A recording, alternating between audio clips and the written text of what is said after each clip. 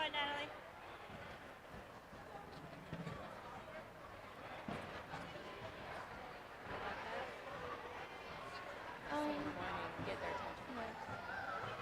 Good morning.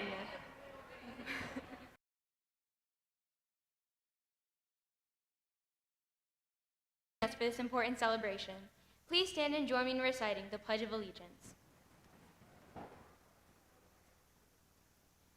I pledge allegiance to the flag of the United States of America and to the republic for which it stands, one nation, under God, indivisible, with liberty and justice for all.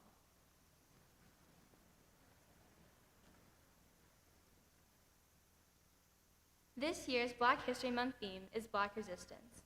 I will be sharing a portion of the 2023 theme description shared by ASALH, the Association for the Study of African American Life and History. African Americans have resisted historic and ongoing oppression. These efforts have been to advocate for a dignified, self-determined life in a just, democratic society in the United States and beyond the United States political jurisdiction. The 1950s boycotts, walkouts, and strikes by Black people and white allies in the fight for justice against discrimination in all sectors of society, from employment to education to housing. Black people have had to consistently push the United States to live up to its ideals of freedom, liberty, and justice for all. Black-led institutions and affiliations have lobbied, litigated, legislated, protested, and achieved success. Black faith institutions were spaces where Black communities met to organize resistance efforts, inspired folks to participate in the movements, and offered sanctuary during times of crisis. To promote awareness of the myriad of issues and activities, media outlets were developed, including radio shows, podcasts, and newspapers. These outlets were pivotal in sharing the successes and challenges of resistance movements. Cultural centers such as libraries, including the George Cleveland Hall Library, work to support the intellectual development of communities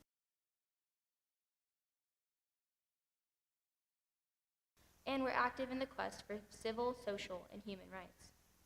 Black medical professionals worked with others to establish nursing schools, hospitals, and clinics in order to provide spaces for Black people to get quality health care, which they often did and do not receive at mainstream medical institutions. Economic and financial independence businesses were developed to keep funds within the community. In order to resist inequality and to advocate for themselves, Black men and women formed labor unions based on trades and occupations. Historically, Black colleges and universities, HBCUs, were developed by freed slaves and northern white philanthropists, but they emerged as a space for the formation of activists, artists, business owners, and educators, and their continued operation have stood as a testament to Black investment and creative thinking in the face of the challenging landscape of higher education. I now welcome Ayo Fatila to the podium to share additional information about this year's Black History Month.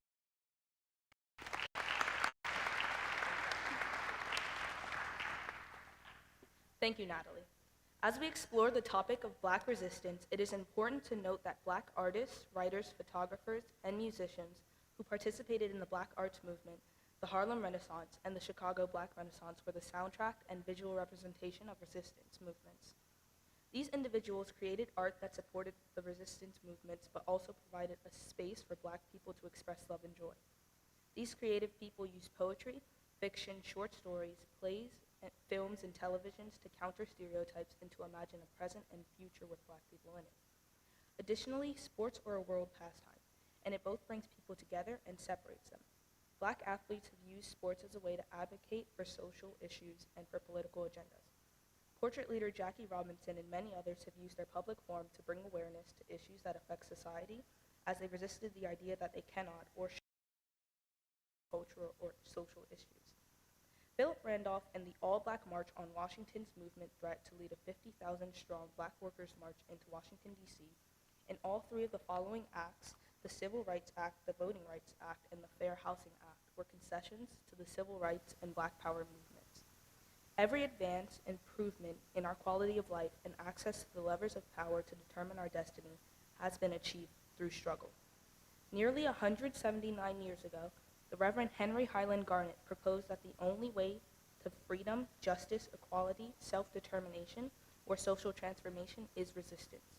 By resisting, Black people have achieved triumphs, successes, and progress as seen in the end of slavery, dismantling of Jim and Jane Crow segregation in the South, increased political representation of all levels of government, desegregation of educational institutions, actively influence others to unite direction to incite positive and necessary change. Next to present is Samantha Gelati.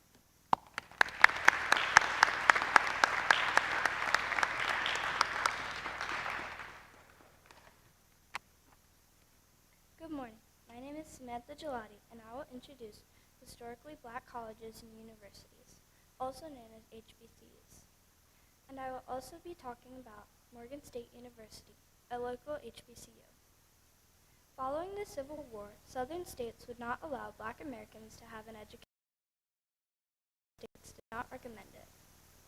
After the Civil War, around 1865, HBCUs were established to give black Americans an education. HBCUs persevered to provide education to black Americans, a basic right.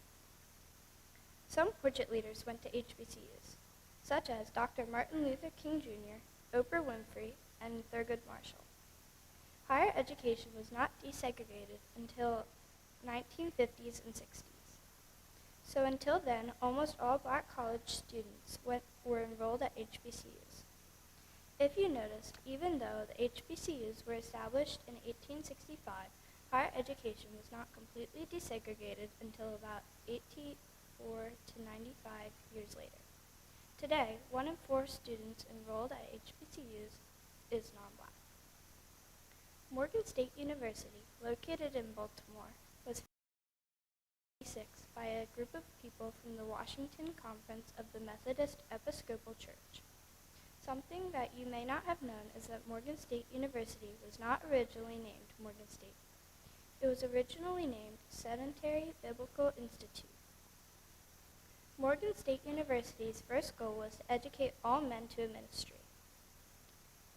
Later, they changed that goal to educate men and women as teachers.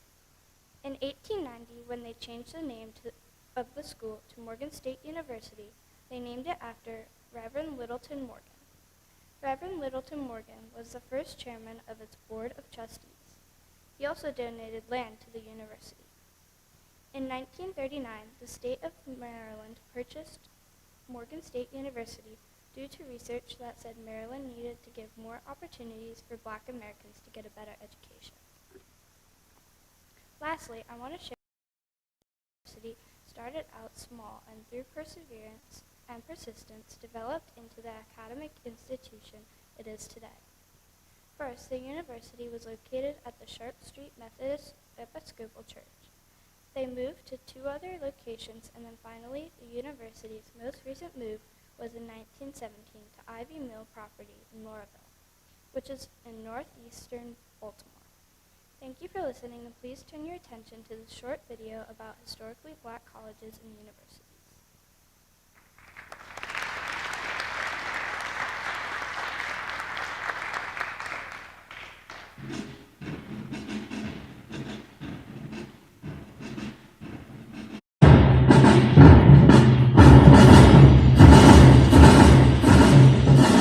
Black colleges are spaces where black people are affirmed. You could be yourself and develop yourself.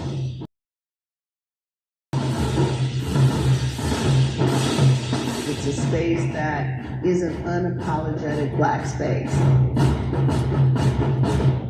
These are places where there's incredible freedom to explore. We wanted to better ourselves. We wanted to have an institution where the people like us all wanted to be more than the status quo. The question for African Americans has always been, what is education's purpose? Who controls it? And what is the relationship of education to the broader aspirations of our people?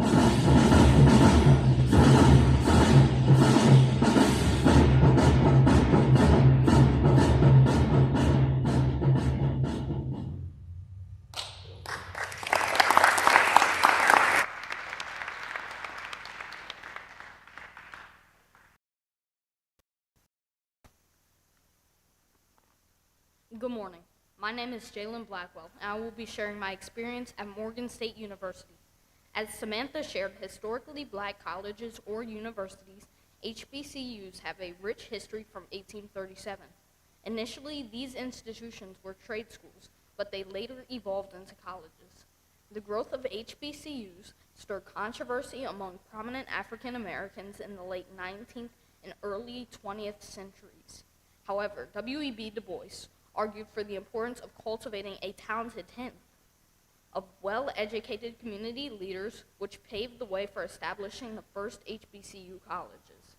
Today, HBCUs continue to provide black students with unique and valuable educational experiences that promote academic excellence, cultural awareness, and social justice. Morgan State University in Baltimore, Maryland has a history from 1867. Throughout its early history, Morgan State was an important educational institute for African Americans who were excluded from attending other colleges and universities due to segregation. During the Civil Rights era, Morgan State students participated in sit-ins and other protests advocating for desegregation and equal rights. I was fortunate enough to have the opportunity to be professor for a day at Morgan State University. As part of this experience, I was taught the introductory electrical engineering course to undergraduate students. This was an incredible opportunity to learn from a seasoned professor and observe their teaching methods while engaging with the students and sharing my knowledge. As I prepared for the class, I gained a newfound appreciation for the work that goes into creating a lesson plan and effectively communicating complex concepts to students. Thank you, teachers. The experience also allowed me to learn more about electrical engineering and deepen my understanding of the subject matter. After my days as professor, I was invited to meet with the faculty members and learn more about the university's programs and research initiatives. This experience was both rewarding and educational, and it gave me a newfound respect for the hard work and dedications of professors and educators. Overall, being a professor for a day at Morgan State University was a unique and unforgettable experience that allowed me to expand my knowledge and gain a deeper appreciation for the art of teaching and the opportunities that HBCUs provide to black students. Thank you. Perfect.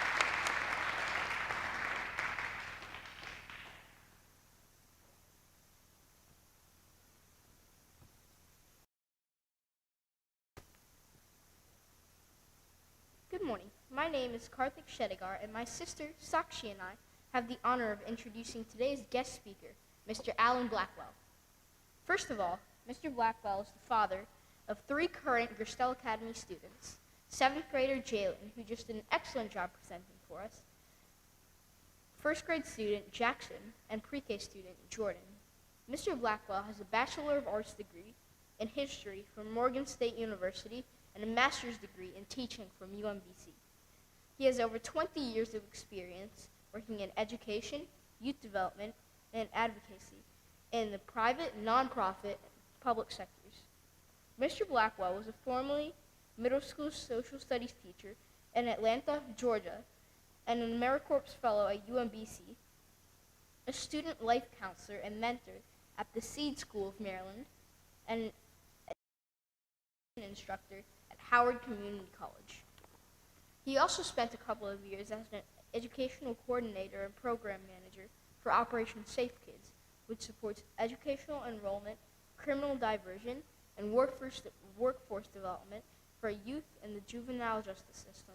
Most recently, he is the director for operations for youth homeless and foster care services for Baltimore City Public Schools. Sakshi will now share some information with you about Mr. Blackwell's latest project.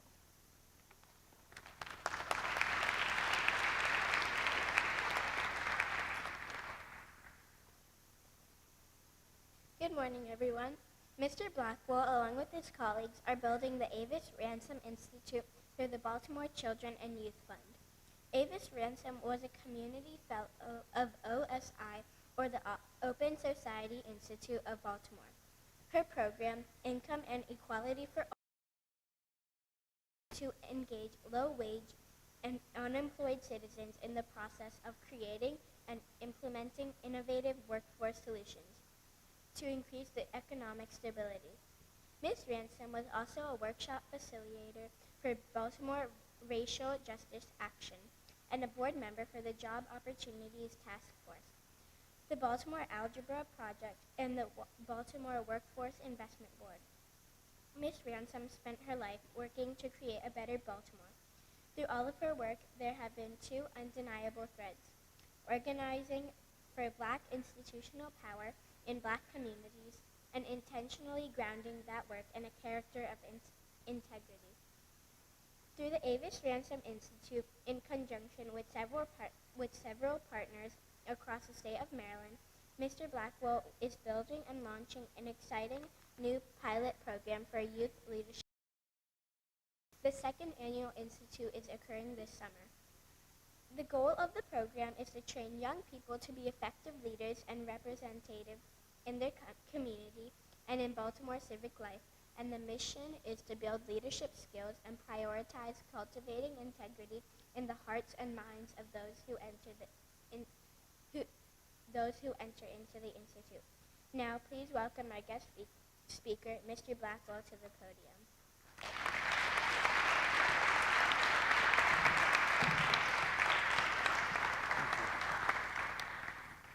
I want to first say thank you to the faculty, the staff, families, and most important, the students. I hope to take today to be a lesson in teaching you the steps in success in Black resistance and how you can play a part in that resistance. I hope to plant a forest of change today. That's my goal, so I want to share that with you. So today our overview will be on the historical, the collaborative spirit, the cultural resistance, and last but not least, the forms of activism that you can do.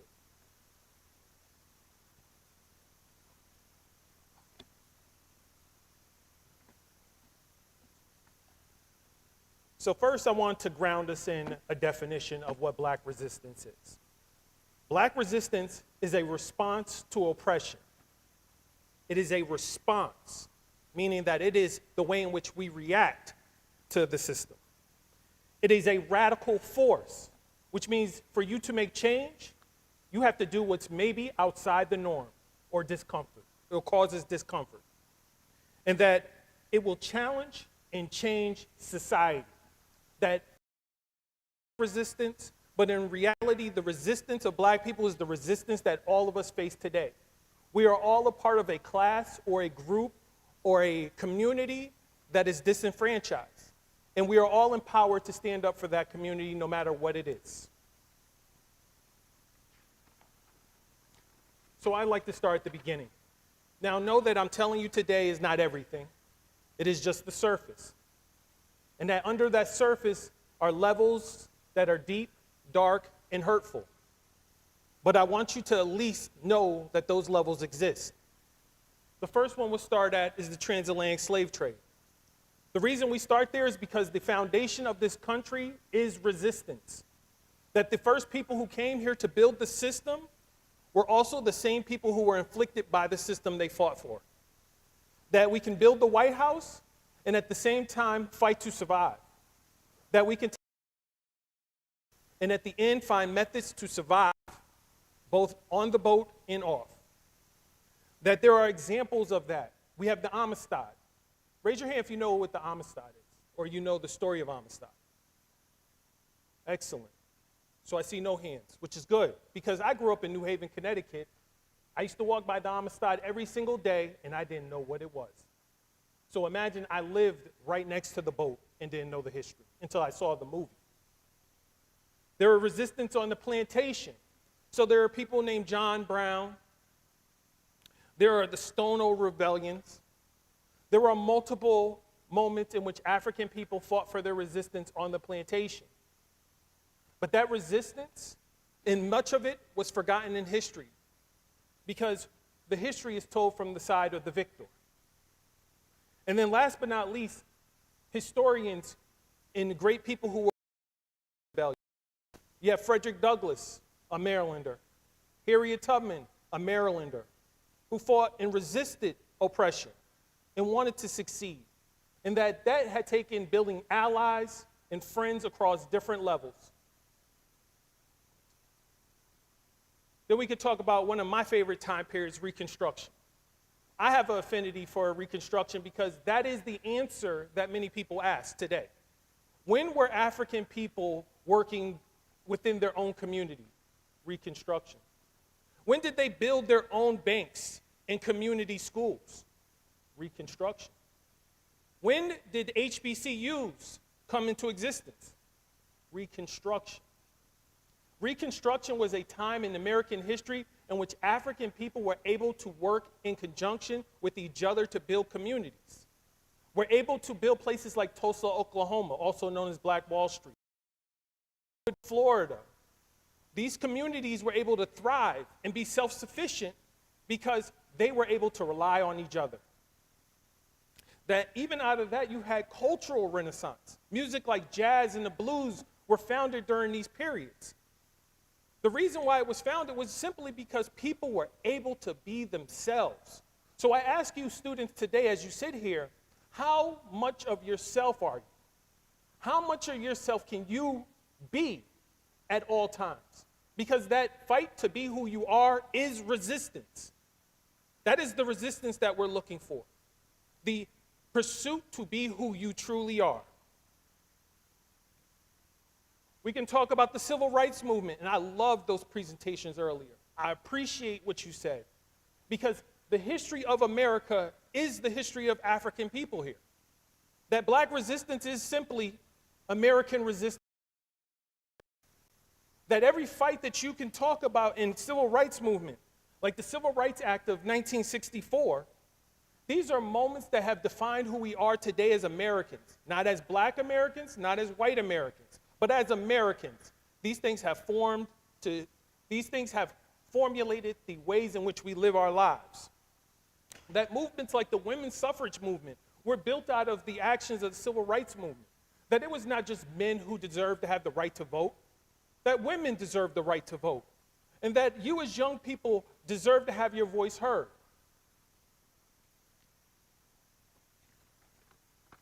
Then we have, most recently, the Black Lives Matter movement.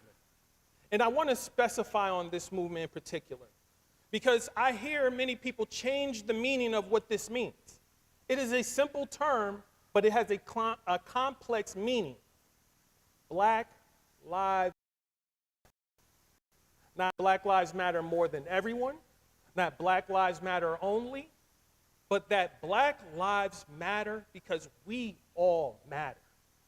We all matter, no matter who we are.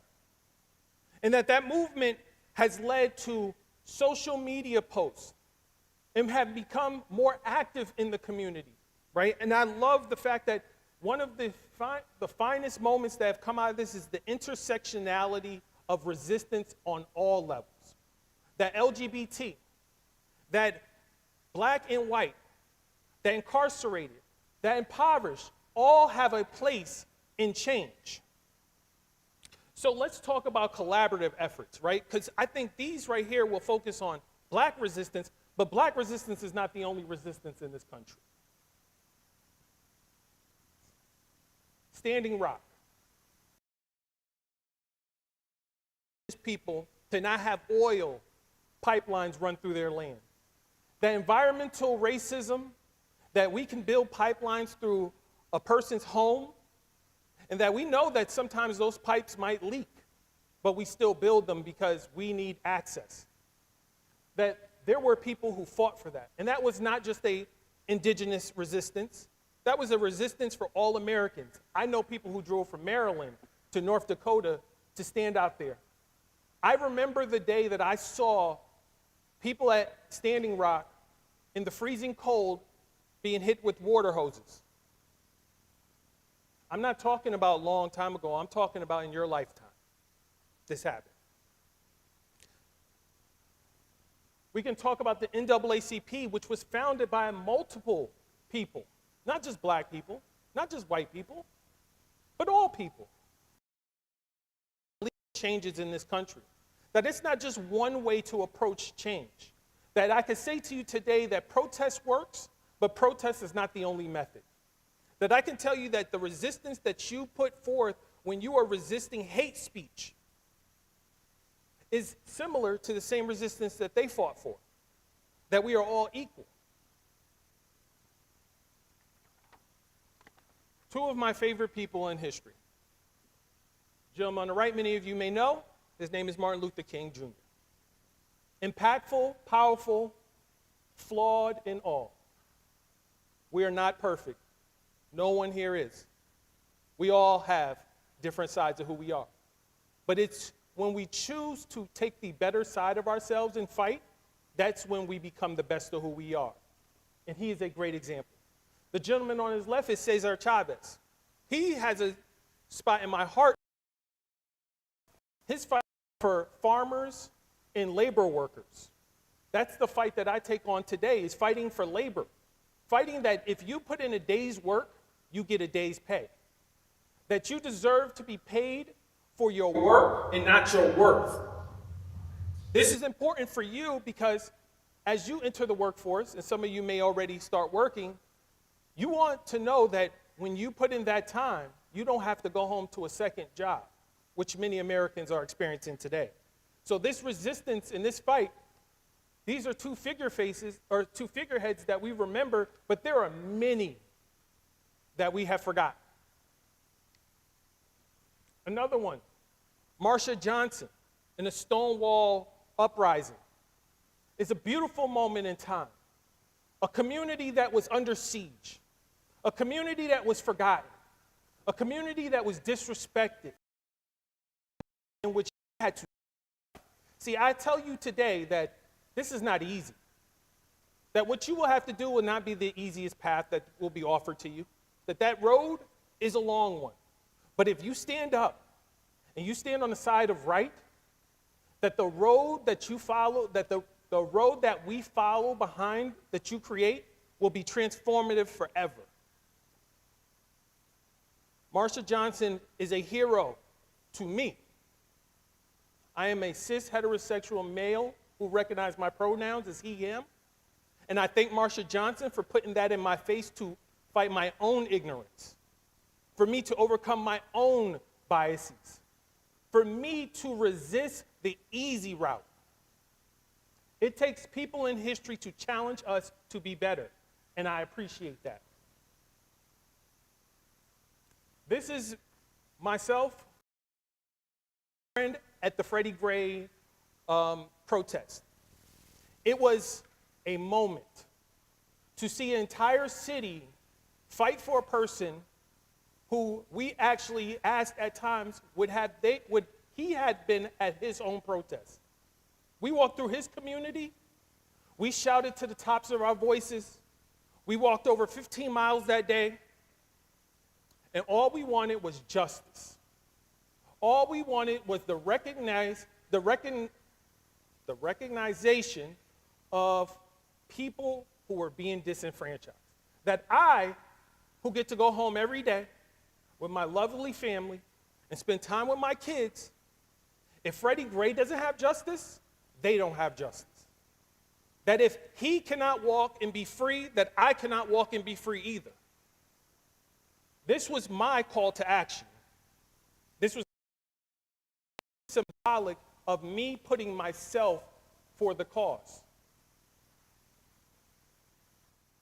So let's talk about cultural resistance, because I feel like that is the resistance that some of us know that some of us participate in and don't even know that we do it. So the first form is music. Raise your hand if you listen to hip hop. There we go. Hip hop, founded in the park, that's just the beginning of a hip hop line, is the music of the oppressed. If you go back to the early days in the 1970s when poetry was transformed into what we call hip hop today, that was founded in oppression. That was the music of resistance. That was the music to fight against a system that was not allowing young voices to be heard. That is the beauty of culture, is that today we raise our hand and we listen to a music that we don't even know the inspiration behind. But the beauty is we take this information and we move forward with it. Visual arts. Raise your hand if you know who this is. Oh, here we go. Jean Michel Basquiat. That's his name. Now I'm going to ask you another question. Raise your hand if you know who Jay-Z is. Excellent. Free-forming locks, which is how Jay-Z has his hair now. John Michael Basquiat. Raise your hand if you love art. Excellent. Learn who John Basquiat is, because his art inspires many of the artists today. His art form transformed art. And one of the things I love about art in particular is that most of the time until you're gone. But the things that you do last lifetimes. This was a young man who passed away way too young. But he was able to influence culture and history today when he was doing art in the 1980s. Raise your hand if you like Yeezys. Now, young people, I'm asking y'all a question. If you like Yeezys, the shoes. Okay, this is a quiet room, all right. The designer of the Yeezys. If you like Louis Vuitton, raise your hand. Now, come on now, yeah. I know what group I'm talking to now. If you like Louis Vuitton, this is the designer that transformed Louis Vuitton in the 2020s, right? If you want to talk about fashion, Virgil Abloh is the person. So I take him to say he is inspiration if you want to go into fashion. And how you represent yourself, and quite often is shown in fashion, right? The way in which we wear our hair, the way in which we handle style. But sometimes just as simple as getting up in the morning and putting on your jacket and holding your head high. Individuals like this are inspiration for that.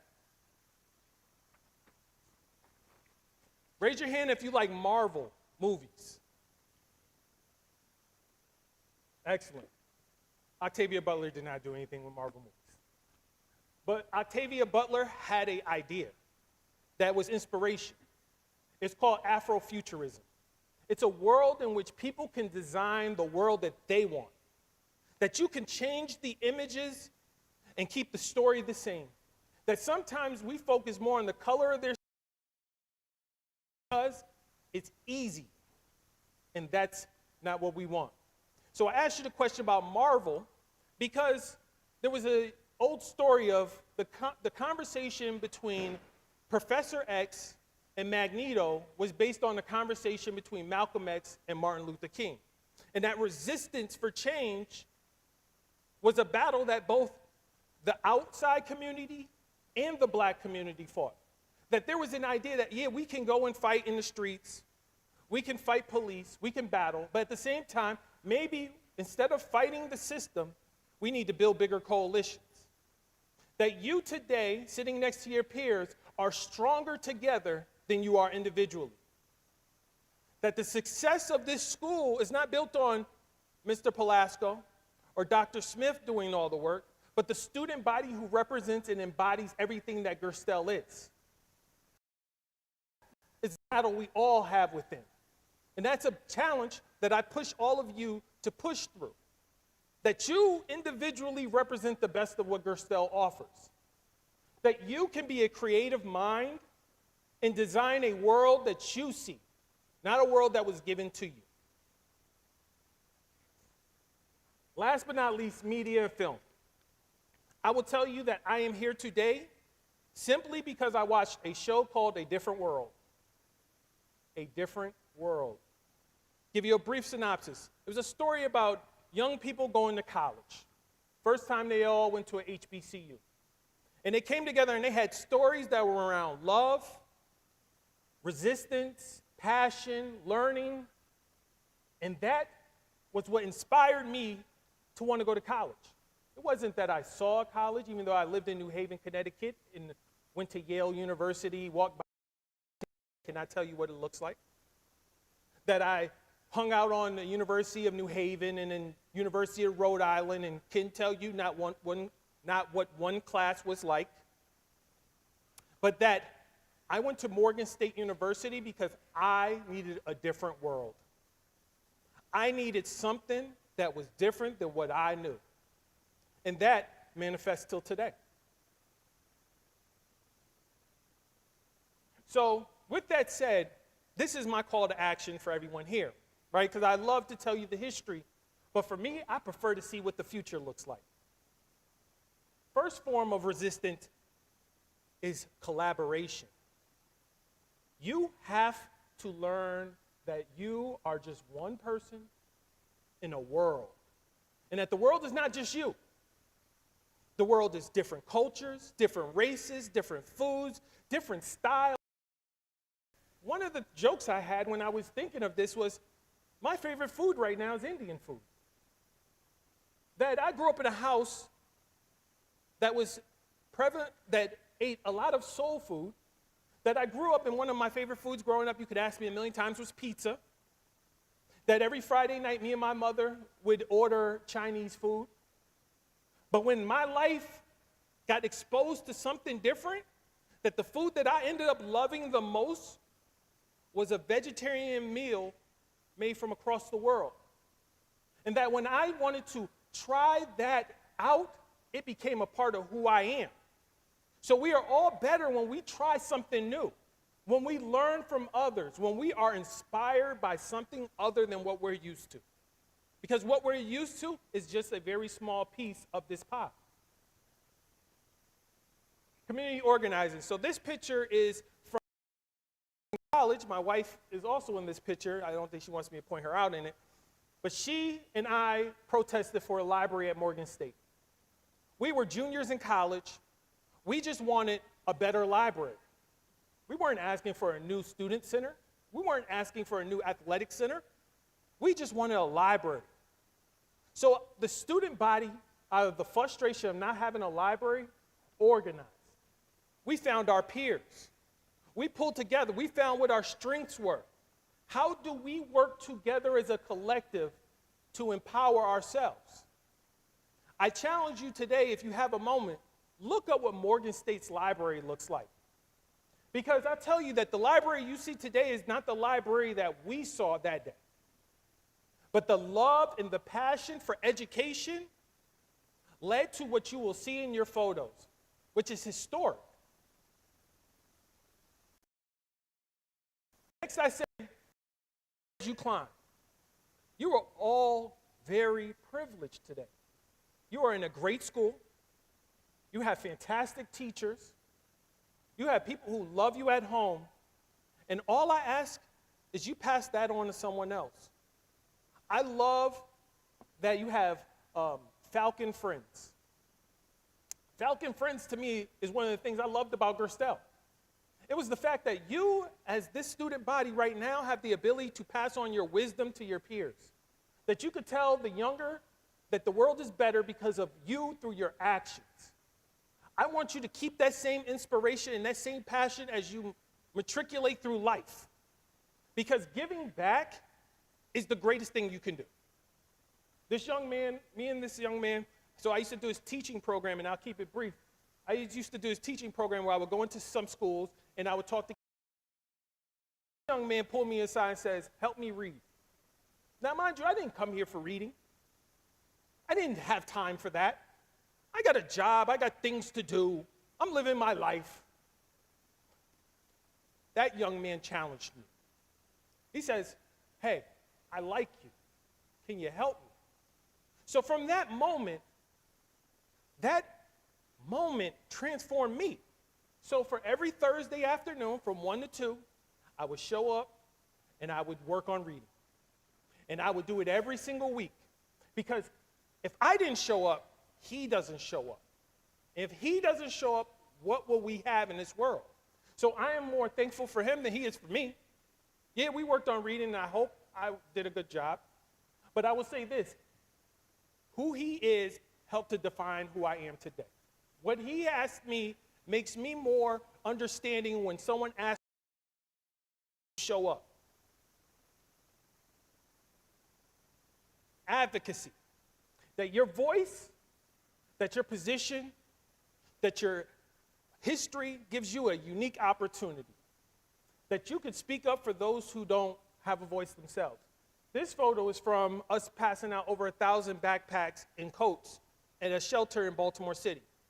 This was a partnership that we worked with various organizations, businesses, and shelters so that we can make sure that young people have a warm a warm coat to wear and a backpack to put their items in. I ask you today, when's the last time that you volunteered your time and services?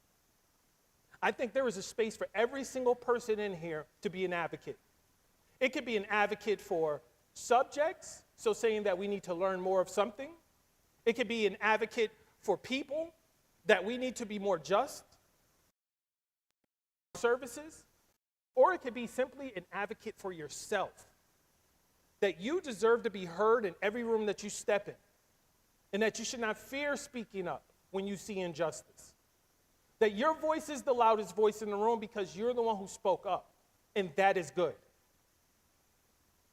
Being an advocate is a lot, but it is a powerful, powerful tool. In my current role, and no, I'm not wearing the same coat, but empowerment, right? How do you take what you've learned, the skills that you have, and the things that you do, and make sure that the next group of people behind you have those same things? I currently support in Avis Ransom, and I also do a national voter registration drive. Those two areas were things that I was passionate about. I believe young people are the future leaders of this country. I believe that you right now are the world, the ones who change it. And I think that this opportunity is unique with Avis Ransom because young people will get the opportunity to be around people who will help them build into leadership. I take voting very serious. I've been an election judge for 4 cycles. I participate in various voter registration drives, all simply because I believe the right to vote is the most powerful weapon we all have. And that if one person is not able to vote, then the ones who are able to vote, voices are not loud enough.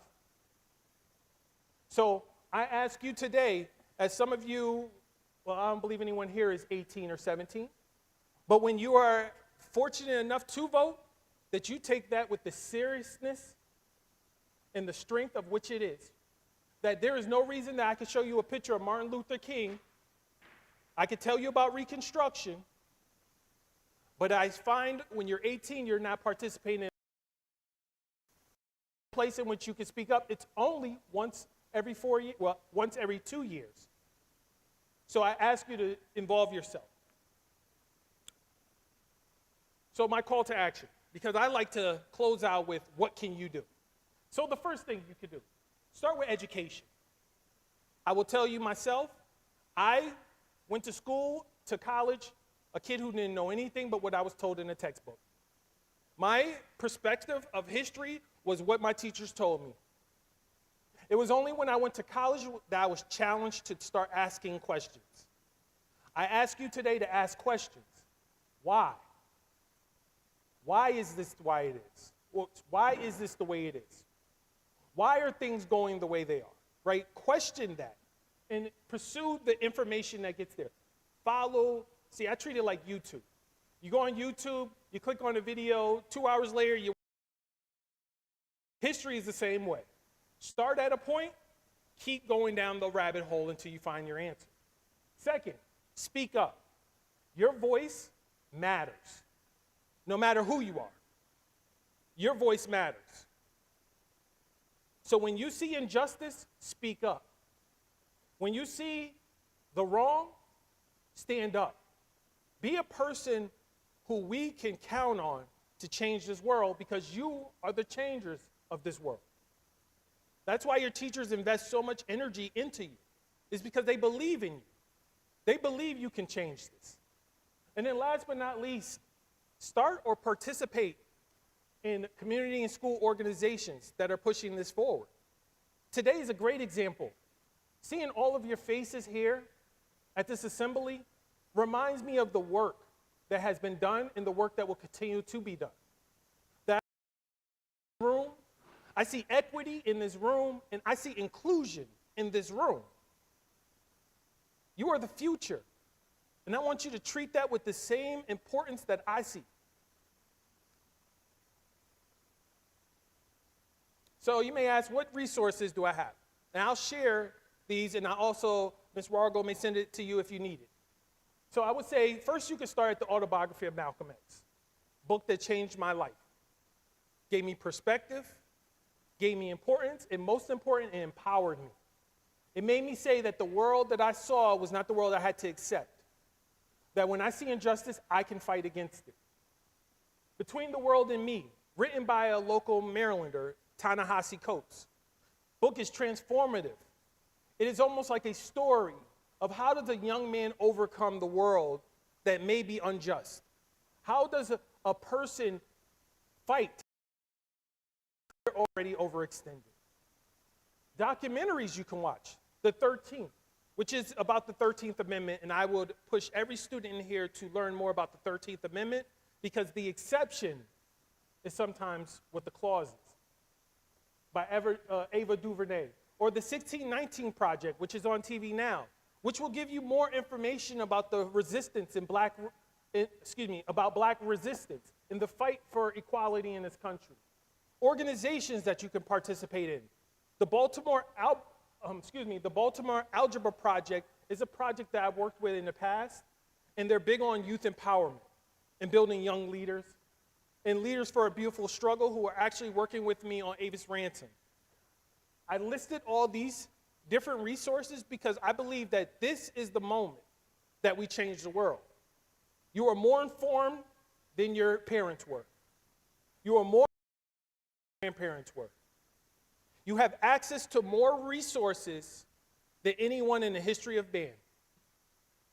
I push you to take everything that you have to make the world a more just and a better place for all people. So I close on this quote. Change will not come if we wait for another person or time. We are the ones we've been waiting for. You are the ones we've been waiting for.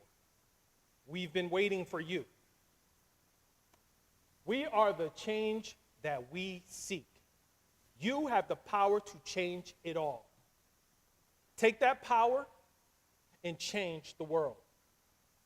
I thank you for your time. I thank you for your listening. And I thank you to speak to you today. And I look forward to seeing the change that you make in the future. Thank you.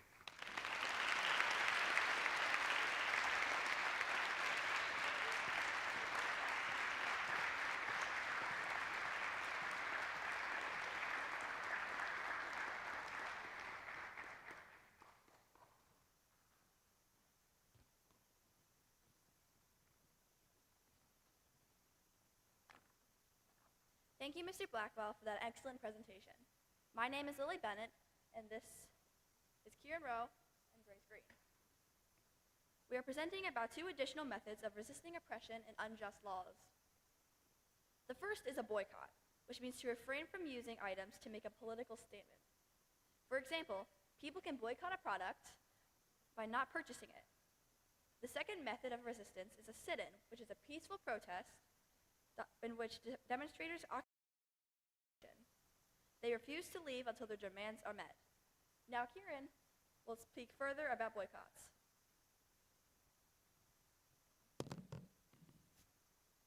Good morning. The Montgomery bus boycott was started because black people had to give up their seats to white people in public transportation.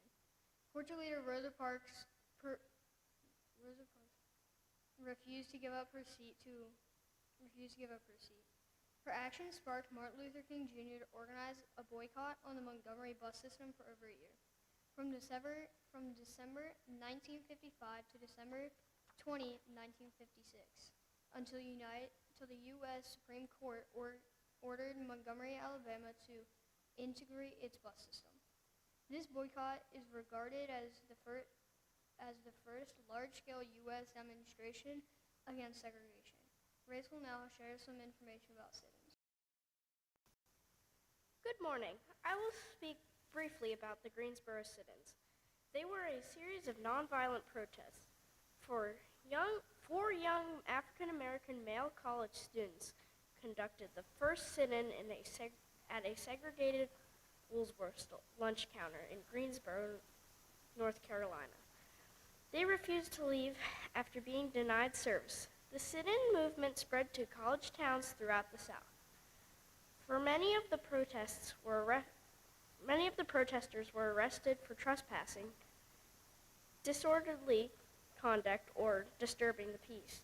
Their actions made an immediate and lasting impact, forcing Woolworths and other establishments to change their segregationist policies.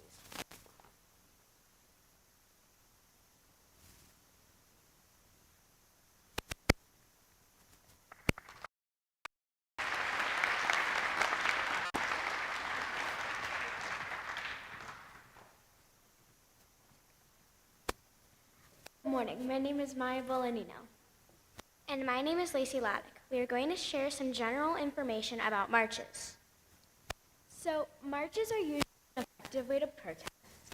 The goal of protests is to bring about change, and marches show that people want change in a nonviolent way. Marches tend to attract a lot of people, which means the issue gets attention. There were numerous marches during the Civil Rights Movement.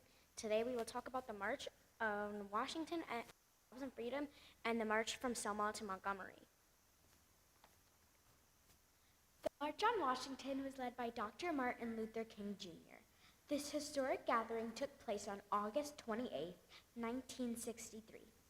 Some 250 at the Lincoln Memorial, and more than 3,000 members of the press covered the event. A. Philip Randolph was a director of the march, and civil rights leader Bayard Rustin oversaw organizing the march, recruiting more than 200 staff members to help organize and publicize this event. Here is also where Martin Luther King gave his famous "I Have a Dream" speech.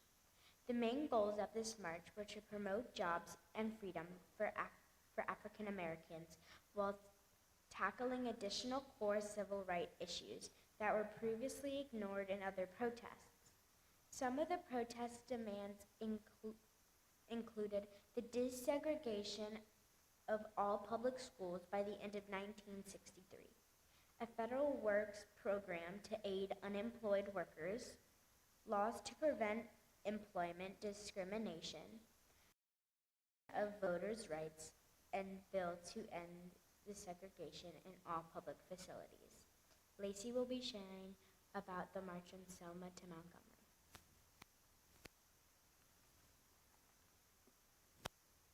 I'll be telling you about a little bit of the march from Selma to Montgomery. This march, led by portrait leader Martin Luther King Jr., was 54 miles over the course of 5 days, from Selma, Alabama, to the capital of Montgomery. On the first day, around 3,200 people marched. March 7th, 1965, known as Bloody Sunday, was when the march was set to begin. Because of some violent segregationists, the march was stopped. But President Lyndon Johnson declared that under the protection of the Federalized National Guard troops, they were able to proceed and start the march again on March 21st. On Bloody Sunday, an Alabama state trooper shot and killed Jimmy Lee Jackson. And the Southern Christian Leadership Council planned the Selma to Montgomery march because of his death. March 9th, a group of unhappy segregationists attacked and beat James Reeb to death, a white man, because he believed in desegregation. The main goal of the Selma to Montgomery march was to secure African American rights to vote. On March 17th, African Americans were permitted the right to vote due to the lasting impact of the march. Now, our choir will perform the folk song Hope Lingers.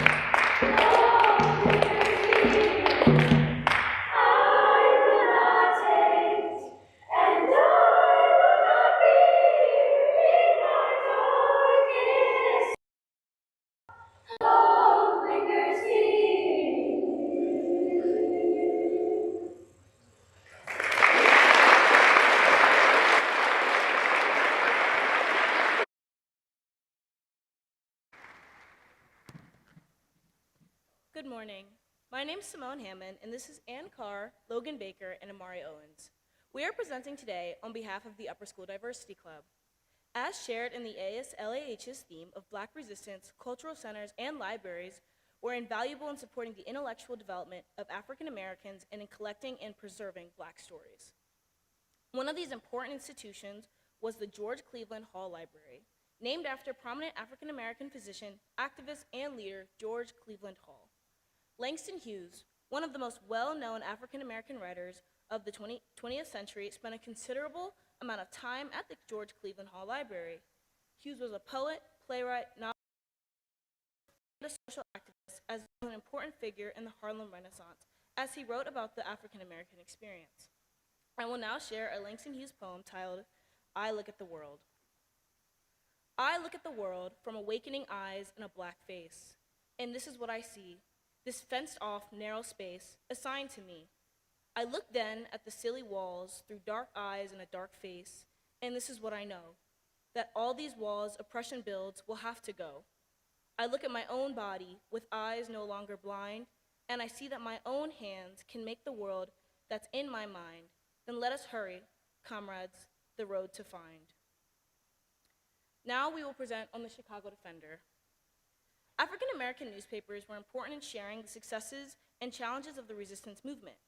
The Chicago Defender was the first Black newspaper to have a circulation over 100,000, to have a health column, and the first to have a. During World War I, the Chicago Defender waged its most aggressive and successful campaign in support of the Great Migration movement.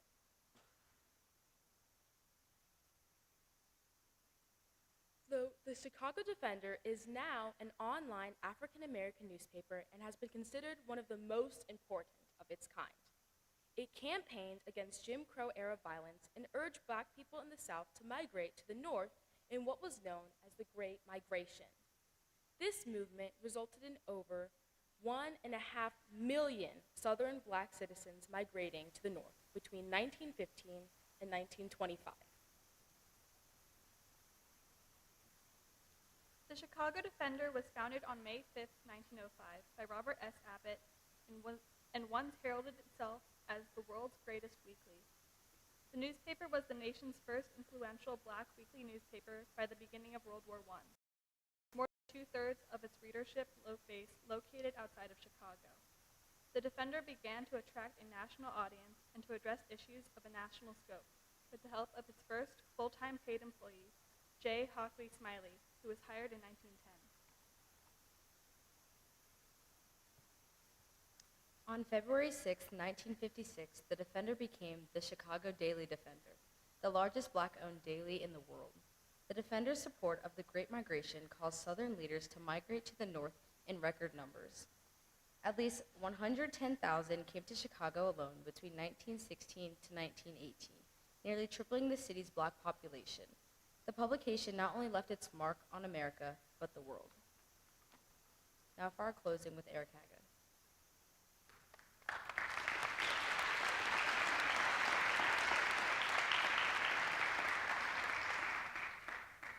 Good morning. Thank you again for joining us for Gerstel Academy's 2023 Black History Month Assembly.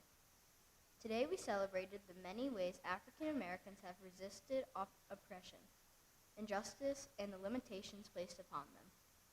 As we studied this year's theme of Black resistance, we heard about boycotts, sit-ins, and marches, as well as the importance of education in propelling our community and people forward.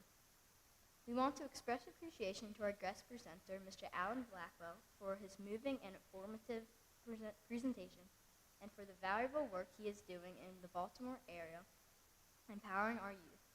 As a leader institution, we know the importance of teaching young people how to lead with character and integrity.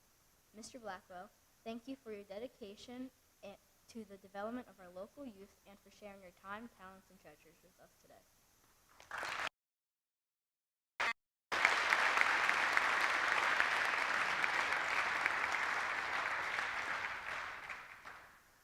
Thank you also to each of our middle school student presenters and our upper school diversity club for a job well done in preparing for today's ceremony, as well as their excellent public speaking skills. We appreciate you volunteering. Thank you to Miss Daly and the middle school choir for the lovely performance of Hope Lingers On. Miss Daly contributes to our Black History Month celebration each year, and we are very grateful. We also want to express appreciation to our faculty's IT and social media terms for their support today. Thank you to Dr. Smith and Mr. Palaska for providing us with the opportunity to celebrate Black history and the valuable contributions African Americans have made on our modern day society. Thank you for listening and have a wonderful afternoon.